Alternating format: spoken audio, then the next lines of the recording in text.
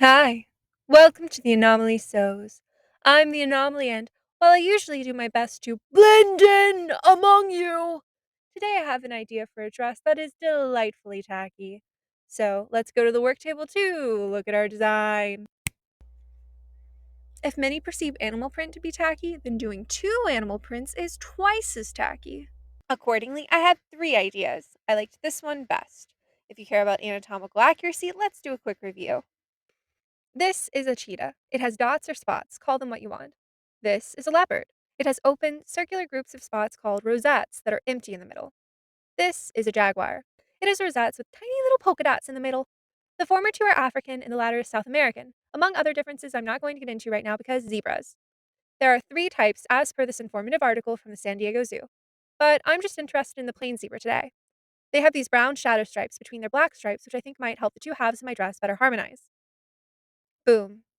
Very quick biology lesson done. I made this dress. No big deal.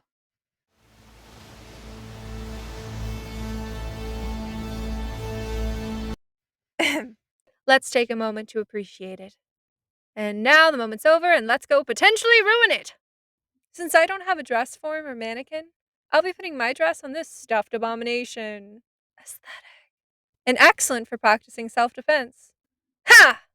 I switched into my fleshy hands, and as I apply tape, the real question is whether to completely freehand the design or to sketch it out first.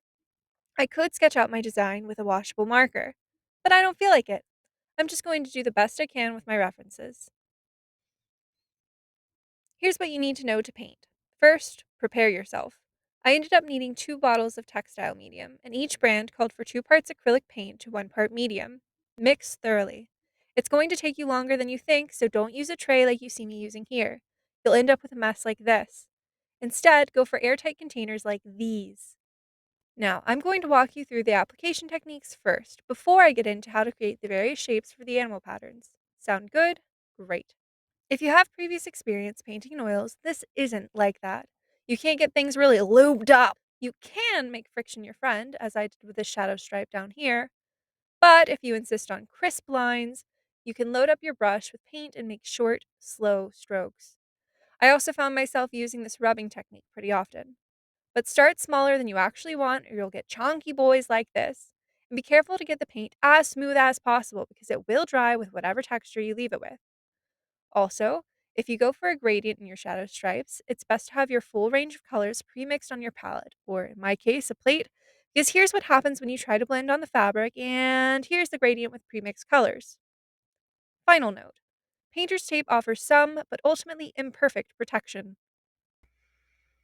On to shapes. On the zebra side, I'm really looking at the negative space more than the stripes themselves, at least at first, and I found it helpful to dot things out.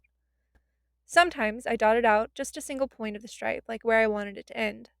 Other times I dotted out the entire thing. On the leopard side, I'd say you've got 7 basic shapes. You've got your letter N and the occasional line sort of thing.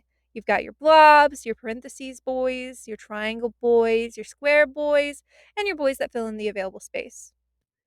I let the paint dry for 24 hours and then heat set it with my iron. To prevent smearing, use a pressing cloth and avoid rubbing the iron. Simply lift it and place it down on each section.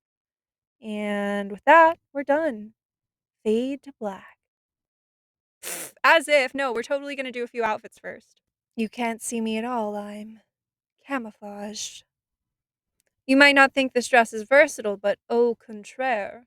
It's suitable for a variety of people, aesthetics, and situations. This is how I'll most likely wear it day to day, with a comfortable pair of flats, bag, and sweater in case it gets cold. This one is giving Elle Woods steps out for her lunch break. You're walking home from a New Year's Eve party barefoot. Beach brunch with bottomless mimosas on a weekday. I wish. POV, you're about to get injected with Botox because your fear of aging is profitable. Your aunt, who insists that a Peruvian tea ceremony will cure your depression. Oh, would you look at that? It's time for me to take my sugar baby to Topgolf. Will you be the ye to my ha? This one is either giving Cruella de Vil or my husband hunts big game in Africa and paid $20,000 to kill an elephant and he made its foot into a trash can, and the first time we made love he insisted we do it on the rug of a bear he killed when he was 15. Anyways, I think this one's pretty cute. This one is my final form. It's definitely giving Cruella de Vil.